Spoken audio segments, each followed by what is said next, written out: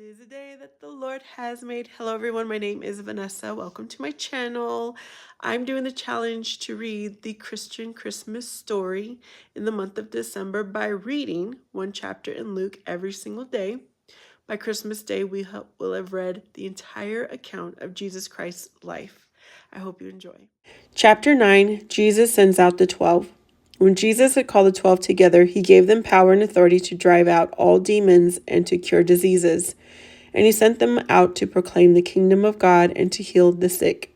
He told them, "Take nothing for the journey, no staff, no bag, no bread, no money, no extra shirt.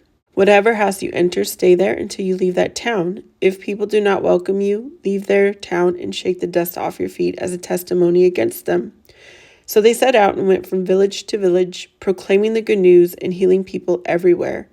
Now Herod the Tetrarch heard about all that was going on, and he was perplexed, because some were saying that John had been raised from the dead, others that Elijah had appeared, and still others that one of the prophets of long ago had come back to life. But Herod said, "I beheaded John.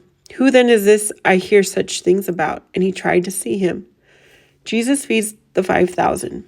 When the apostles returned, they reported to Jesus what they had done. Then he took them with him, and they withdrew by themselves to a town called Bethsaida. But the crowds learned about it and followed him. He welcomed them and spoke to them about the kingdom of God and healed those who needed healing. Late in the afternoon, the 12 came to him and said, "Send the crowd away so they can go to the surrounding villages and countryside and find food and lodging, because we are in a remote place here." He replied, "You give them something to eat." They answered, "We have only 5 loaves of bread and 2 fish. Unless we go and buy food for all this crowd." About 5,000 men were there. But he said to his disciples, "Have them sit down in groups of about 50 each." The disciples did so, and everyone sat down, taking the 5 loaves and the 2 fish, and looking up to heaven.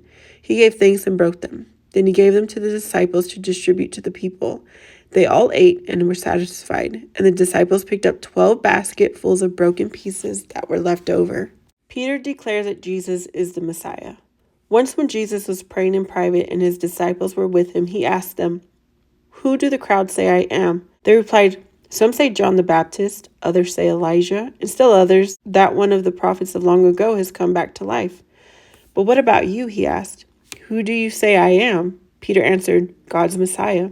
Jesus predicts his death. Jesus strictly warned them not to tell this to anyone, and he said, "The Son of Man must suffer many things and be rejected by the elders, the chief priests and the teachers of the law, and he must be killed, and on the 3rd day be raised to life." Then he said to them all, "Whoever wants to be my disciple must deny themselves and take up their cross daily and follow me. For whoever wants to save their life will lose it, but whoever loses their life for me will save it. What good is it for someone to gain the whole world and yet lose or forfeit their very self? Whoever is ashamed of me and my words, the Son of Man will be ashamed of them when he comes in his glory and in the glory of the Father and of the holy angels.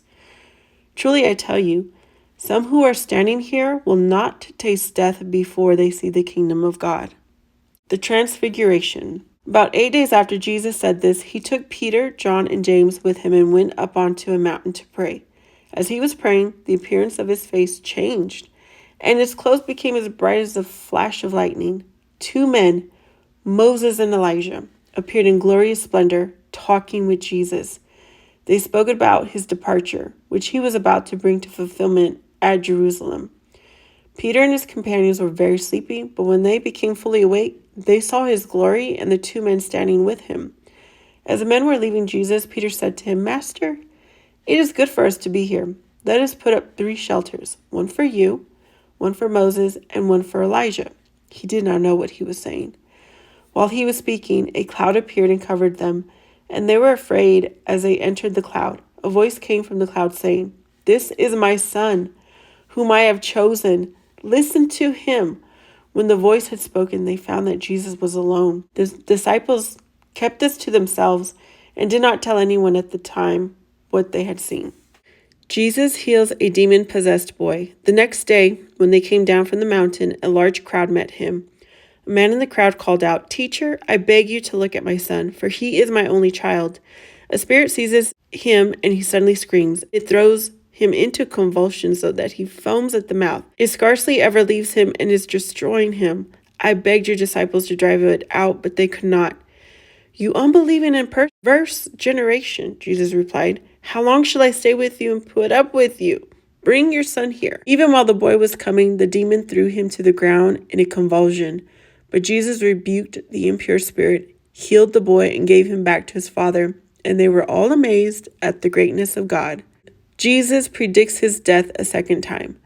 While everyone was marveling at all that Jesus did, he said to his disciples, listen carefully to what I am about to tell you. The Son of Man is going to be delivered into the hands of men.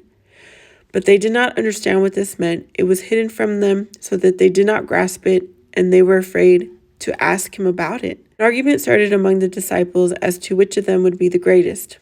Jesus, knowing their thoughts, took a little child and had him stand beside him. Then he said to them, whoever welcomes this child in my name welcomes me, and whoever welcomes me welcomes the one who sent me. For it is the one who is least among you all who is the greatest. Master, said John, we saw someone driving out demons in your name, and we tried to stop him because he is not one of us.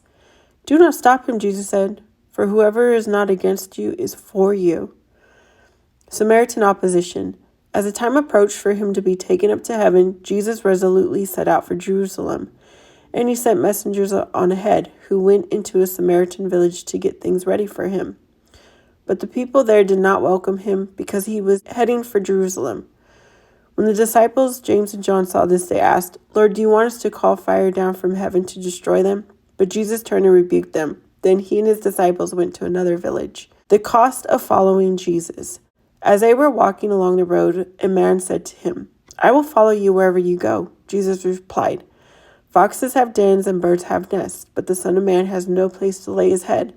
He said to another man, follow me. But he replied, Lord, first let me go and bury my father. Jesus said to him, let the dead bury their own dead, but you go and proclaim the kingdom of God. Still another said, I will follow you, Lord, but first let me go back and say goodbye to my family.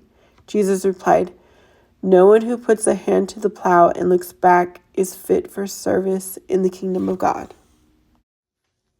That's it. Please subscribe if you liked and comment, and I hope to see you tomorrow for the next chapter. Bye.